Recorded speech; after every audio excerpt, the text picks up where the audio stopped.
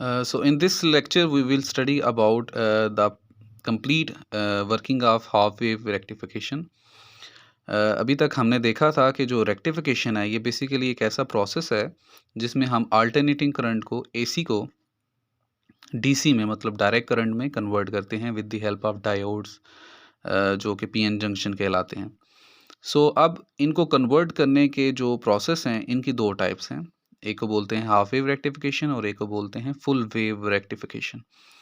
So half wave rectification में क्या होता है? It is a type of rectification in which only one half of alternating current cycle get converted into DC.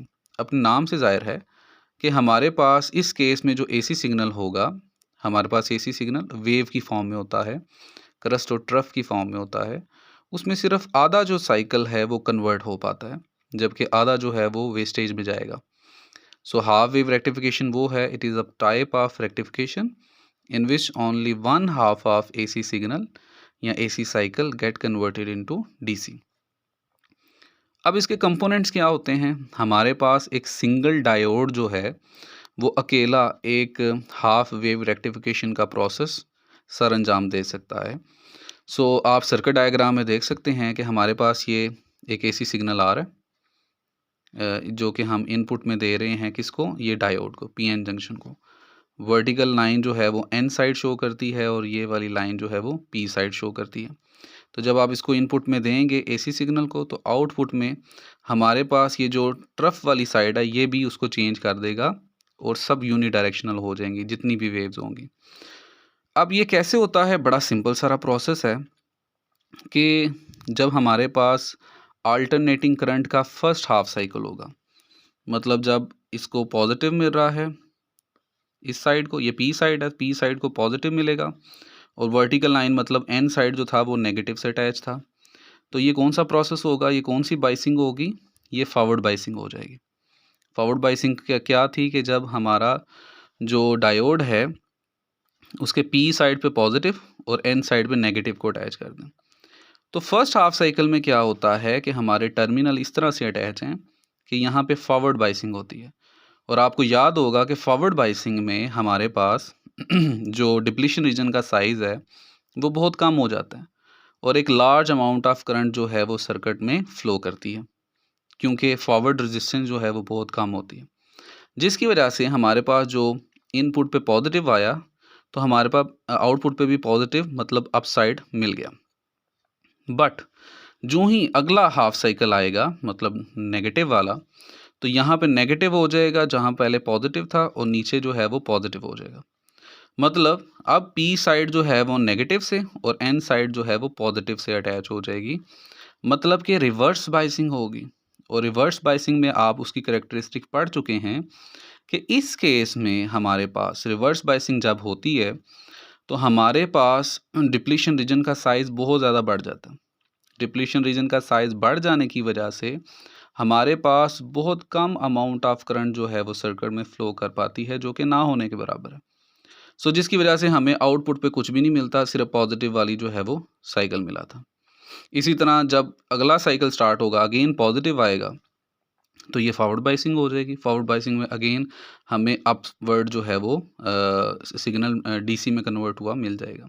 तो इस तरह हमारे पास एक सिग्नल का सिर्फ हाफ पार्ट, अपर पार्ट जो है वो हमें आउटपुट पे मिलता जाएगा, लोअर पार्ट जो है वो एलिमिनेट होता जाएगा, जिसकी वजह से हम इस प्रोसेस को बोलते हैं हाफ वेव रेक्टिफिकेशन, जिसमें हमारे पास हाफ जो साइकिल है AC सिग्नल का वो फॉरवर्ड बाइसिंग होने की वजह से तो आउटपुट पे आ जाता है, लेकिन जब उसकी पोलैरिटी चेंज होती है, दूसरा हाफ साइकिल आता है, तो वो रिवर्स बाइसिंग होने की वजह से उसको ब्लॉक कर लेते हैं, जिसकी वजह से हमारे पास आउटपुट पे सिर्फ यूनी डायरेक्शनल जो सिग्नल पार्ट है AC का वो मिलता जाता है और वो हम DC के तौर पे यूज़ कर सकते हैं. So obviously half wave rectification में हमें आधा पार्ट AC सिग्नल का ज़ाया हो रहा है, लेकिन आउटपुट में हमें एक यूनी डायरेक्शनल करंट जो कि हमारी नीड थी, डिज़ायर थी, जो हम उससे करवाना चाहते थे, वो हमें आउटपुट पे मिल जाएगा. जबकि जो दूसरी टाइप है रेक्टिफिकेशन की वो फुल वेव रेक्टिफिकेशन है. अपने नाम से ज़ाहिर है कि इस टाइप ऑफ रेक्टिफिकेशन में आप AC सिग्नल के जो वेव के दोनों पार्ट हैं उसको आप डीसी में कन्वर्ट कर पाते हैं। आपने देखा कि हाफ वेव रेक्टिफिकेशन में एसी सिग्नल का एक आधा पार्ट, हाफ पार्ट डीसी में कन्वर्ट हो रहा है, लेकिन हाफ जो है वो ज़ाया हो रहा है। So definitely it was the loss of energy. तो साइंटिस्ट ने एक ऐसा मेथड, एक ऐसी अरेंजमेंट जो है वो डिवाइस की, जिससे हम पूरे के पूरे एसी सिग्नल को, दोनों उसके साइकिल्स को, दोनों उसके हाफ साइकिल्स को डायरेक्ट करंट में डीसी में कन्वर्ट कर सकते थे। इस प्रोसेस को हम बोलते हैं फुल वेव रेक्टिफिकेशन, या it is also known as bridge rectification, क्योंकि इसमें हमारे पास जो कंपोनेंट्स हैं वो एक डायोड की बजाय हम 4 डायोड इस तरह से आपस में अटैच करते हैं कि ये एक ब्रिज की शक्ल इख्तियार करते हैं। तो अब इसमें हमारे पास 4 डायोड लगे होते हैं। तो फर्स्ट हाफ साइकिल में आप देख सकते हैं कि जब ये टर्मिनल पॉजिटिव है और ये नेगेटिव है, तो हमारे पास 4 में से 2 जो डायोड्स हैं D1 और D3, ये फॉरवर्ड बाइसिंग के तौर पे काम करते हैं। मतलब इनकी P साइड पॉजिटिव से और N साइड नेगेटिव से अटैच होती है। तो फॉरवर्ड बाइसिंग होने की वजह से ये ह्यूज अमाउंट ऑफ करंट को पास ऑन करते हैं, जबकि D2 और D4 जो हैं वो इस केस में रिवर्स बाइसिंग में के साथ अटैच होते हैं, जिसकी वजह से ये इसमें से गुजरने वाला हाफ साइकिल ब्लॉक हो जाता है। सो आप कह सकते हैं कि फर्स्ट हाफ साइकिल में D1 और D3 ये फॉरवर्ड बाइसिंग की वजह से जो हमारे पास आउटपुट पे जो करंट है उसको पास ऑन करते हैं, जबकि सेकंड हाफ साइकिल में, जब पहले ये पॉजिटिव था, सेकंड हाफ साइकिल में ये नेगेटिव हो जाएगा, और जो दूसरा है जो पहले नेगेटिव था वो पॉजिटिव हो जाएगा।